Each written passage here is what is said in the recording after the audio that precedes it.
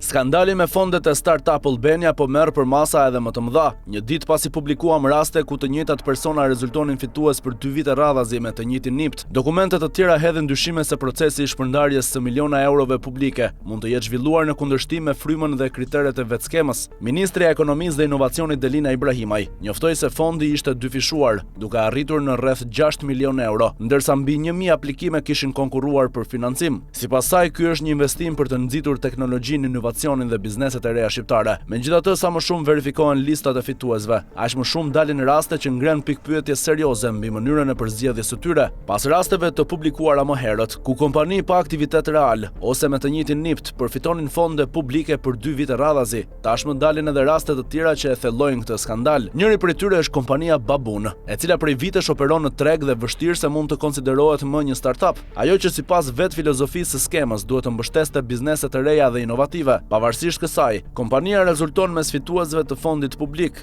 edhe pse sipas të dhënave të disponueshme, aktiviteti i saj ka hyrë në rënje dhe operacionet në Kosovë janë mbyllur. Një tjetër rast lidhet me Arben Oshafin dhe projektin B2 Ballkan. Dokumentet tregojnë se në vitin 2025 ai përfitoi 3.125.000 lek në fazën e validimit, ndërsa në vitin 2026 fitoi sërish kësaj radhe 7.018.253 lek në fazën e zgjerimit. Në total mbi 10 milion lek fonde publike në vetëm 2 vite me të njëjtin NIPT. Por ajo që e bën edhe më të ndjeshëm këtë rast është një tjetër fakt i dokumentuar. Arben Oshafi rezulton publikisht pjesë e ekipit organizues të panajirit Future to Tech, aktiviteti më i madh teknologjik në vend i organizuar nga iExhibitions në bashkëpunim me Albanian Tech. Në të njëjtin aktivitet, sipas programit zyrtar të edicionit të tetorit 2025, panelist ishte Arjan Ymeri, drejtori i Agjencisë Kombëtare të Startup Albania, institucioni që administron fondin shtetëror dhe përzgjedh fituesit e granteve. Dokumentet publike tregojnë se drejtori i agjencisë që shpërndan fondet merr pjesë si folës në një aktivitet të organizuar edhe nga një person, startupi të cilit rezulton fituesi dyfisht i po atyre fondeve, edhe pse kjo nuk provon në vetvete shkele ligjore.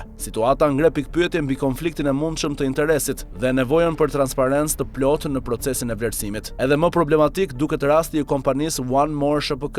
Sipas të dhënave të Qendrës Kombëtare të Biznesit, kompania është themeluar më 20 shkurt 2026, vetëm 3 ditë pasi Startup Albania hapi thirrjen Grant 2026. Megjithatë, vetëm 4 muaj më vonë ajo rezulton fituese në fazën e zgjerimit, duke përfituar 6.133.333 lek. Këtu lind pikpyetja më e madhe. Vetë rregulloria e Grant 2026 përcakton se subjektet që aplikojnë në fazën e rritjes duhet të kenë dorëzuar të paktën një bilanc pranë administratës tatimore përpara aplikimit. Një kompani e krijuar në shkurt 2026 nuk mund të ketë bilanc të vitit 2025, pasi në atë periudhë nuk ekzistonte. Nëse do të karakterizojë si startup i ri, tavani maksimal i financimit ishte 1.5 milion lek, duke u shpallur fituese në fazën e zgjerimit. Ajo përfitoi 4.6 milion lek më shumë nga fondet publike. Këto raste nuk janë më episode të izoluara, ato ushtohen 10 rasteve të tjera të publikuara më parë, ku kompani me të njëjtin NIPT fitonin fonde vit pas viti, ndryshonin vetëm emrin ose formën ligjore, ndërsa produktet pa përdorues, pa klient dhe pa aktivitet real certifikoheshin si biznese në fazë zgjerimi. Pikërisht për këtë arsye poshtohen kërkesat që Agjencia Startup Albania dhe Ministria e Ekonomisë dhe Inovacionit të bëjnë publike të gjithë procesin e vlerësimit, pikëzimin e çdo aplikimi, verifikimet e kryera dhe arsyet pse disa subjekte u shpallën fituese, edhe kur dokumentet publike duket se tregojnë se nuk plotësonin kriteret e përcaktuara nga vetë skema. Kjo është vetëm një pjesë e asaj që po del në dritë. Në ditët në vijim do të publikojmë dokumente dhe raste të tjera që hedhin dritë mbi mënyrën se si janë shpërndar fondet e Startup Albania dhe mbi përfitues të tjerë të miliona lekëve nga buxheti i shtetit. Vijon.